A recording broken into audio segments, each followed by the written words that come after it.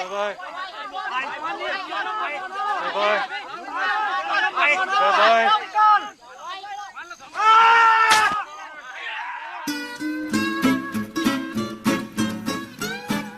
Halo guys, kali ini kita akan menceritakan kisah nyata seorang pilot pesawat tempur AS yang ditembak jatuh di Laos ketika terbang dalam sebuah misi untuk Angkatan Laut Amerika Serikat selama Perang Vietnam.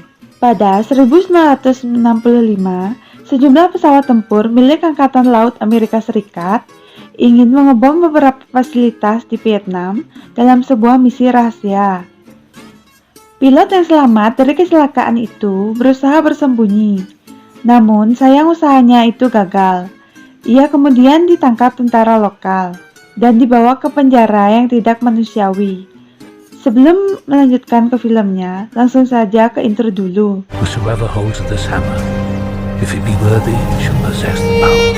Multiverse is a concept about which we know frighteningly little. Listen, I did not kill Mysterio. The drones did. My spinal Harry Potter is dead!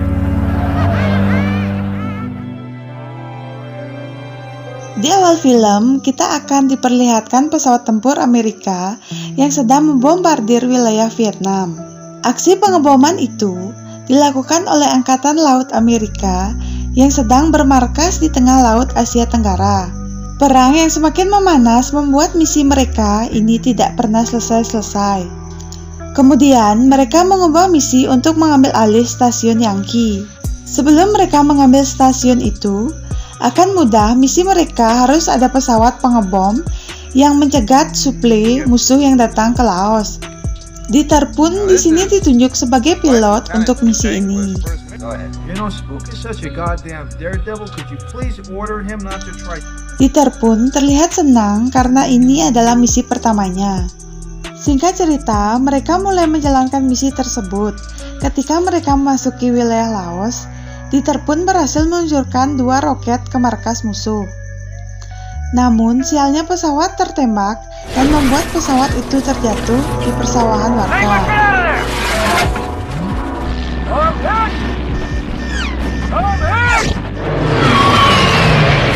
Untungnya, di sini Dieter berhasil keluar dengan selamat. Kemudian muncul para musuh dan langsung menembakinya. Untungnya, Dieter berhasil lari ke hutan. Setelah merasa aman, Dieter berjalan dataran tinggi. Dia berharap ada tim penyelamat yang melihatnya. Namun, tak kunjung datang juga. Dia mulai kepanasan, dia pun pergi mencari air. Namun, sayangnya kali ini dia kurang beruntung. Ternyata musuh sudah mengepungnya saat dia lagi asik minum di sungai. Dari sini, dia mulai berjalan karena saking jauhnya, mereka sempat beristirahat dan bermain-main dengan Dieter. Di momen itu, dia sempat dijadikan sasaran tembak dan sempat menembak di samping telinga Dieter, dan membuatnya tidak bisa mendengar beberapa saat. Don't ever do that again! You better just shoot me right away! Don't you ever! Setelah itu, Dieter dibawa menggunakan mobil ke sebuah rumah mewah. Di rumah itu, Dieter bertemu dengan pimpinan tersebut.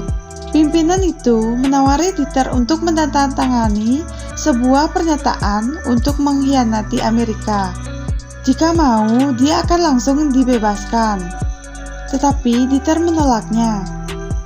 Tolakan tersebut ternyata membuatnya diseret dan diarak oleh warga. Kemudian mereka menyiksanya dengan menenggelamkannya di sebuah sumur.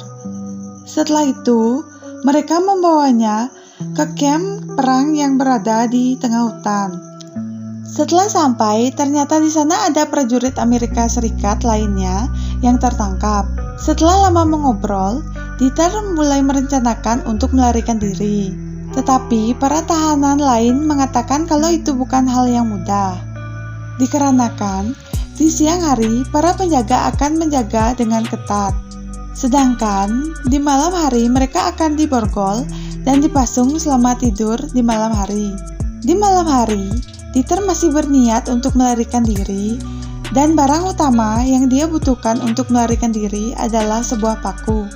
Namun, temannya mengatakan bahwa di camp ini tidak ada paku karena semua bahan di sini terbuat dari rotan.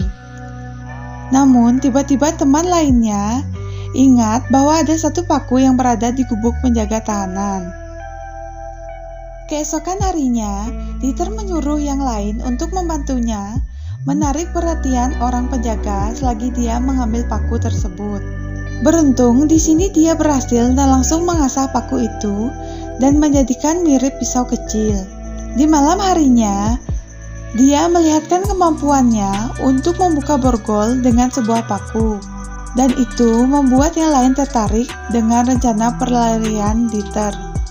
Keesokan harinya, Dieter bertanya kepada Duen yang merupakan salah satu tahanan terlama di situ.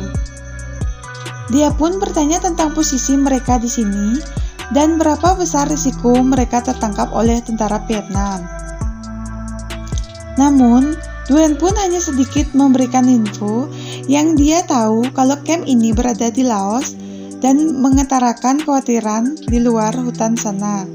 Hari demi hari mereka lewati, sampai suatu saat Dieter mulai menyarankan teman-temannya untuk mulai menyisihkan makanannya untuk bekal pelarian mereka nanti. Singkat cerita, persediaan makanan di camp ini semakin berkurang. Dieter tahu bahwa hal ini akan membuat para penjaga akan menjadi kejam dan mempersulit rencana mereka. Dia pun menyuruh teman-temannya untuk bersiap, karena apapun yang terjadi, rencana itu harus dilakukan secepat mungkin. Saat kelaparan semakin menjadi, mereka semua hanya dikasih satu mangkok makanan yang sudah berisi belatung. Dengan terpaksa, mereka harus memakannya.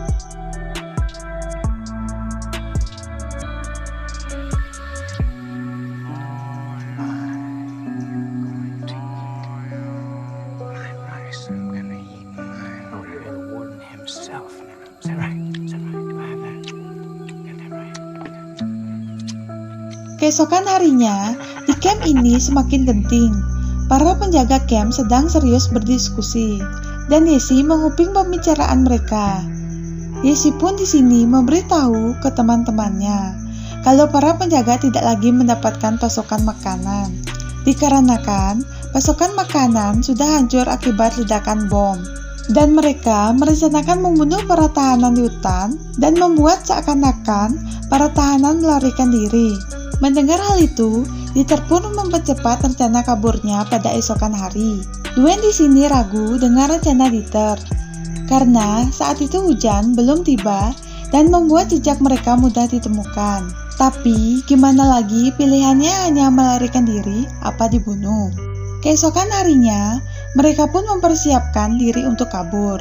Di sini, Dieter keluar mengambil senjata. Setelah berhasil, dia pergi ke Duen ke sisi berlawanan. Misi mereka pun berhasil dan mereka berlari ke arah hutan.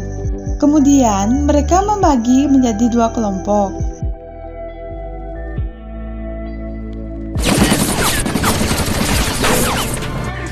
Setelah berjam-jam berjalan menelusuri hutan, akhirnya hujan datang sehingga jejak kaki mereka dapat hilang dengan cepat.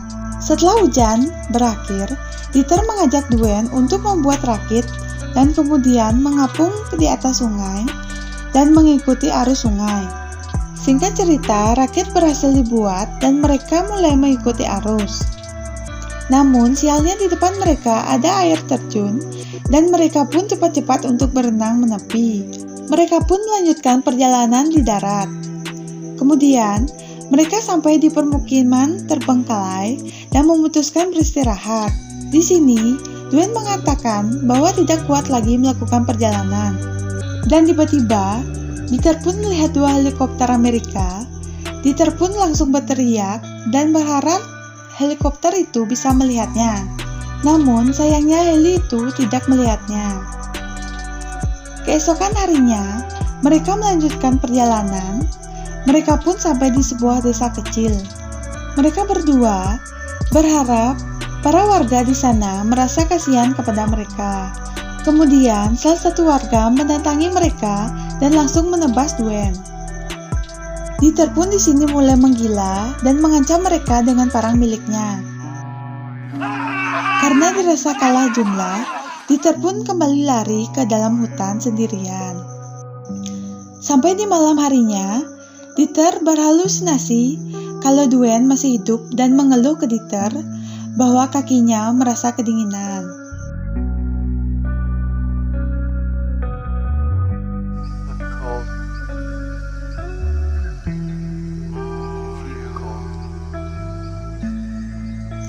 Keesokan harinya, Dieter melanjutkan perjalanan. Dia pun sampai di sebuah sungai. Dia pun menangkap seekor ular dan memakannya demi mengisi perutnya yang kelaparan. Kemudian keajaiban datang kepada dirinya. Datang helikopter Amerika yang melewatinya. Ternyata helikopter tersebut melihat sinyal darinya dan Dieter pun berhasil diselamatkan dan langsung dibawa ke rumah sakit militer.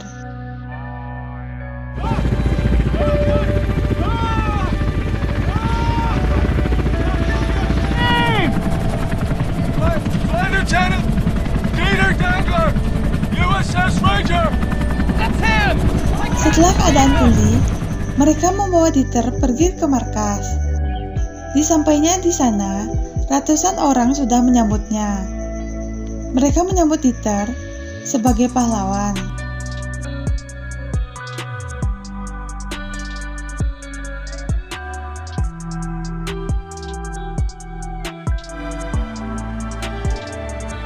Dan film selesai. Dan semoga kalian menyukai alur cerita film ini.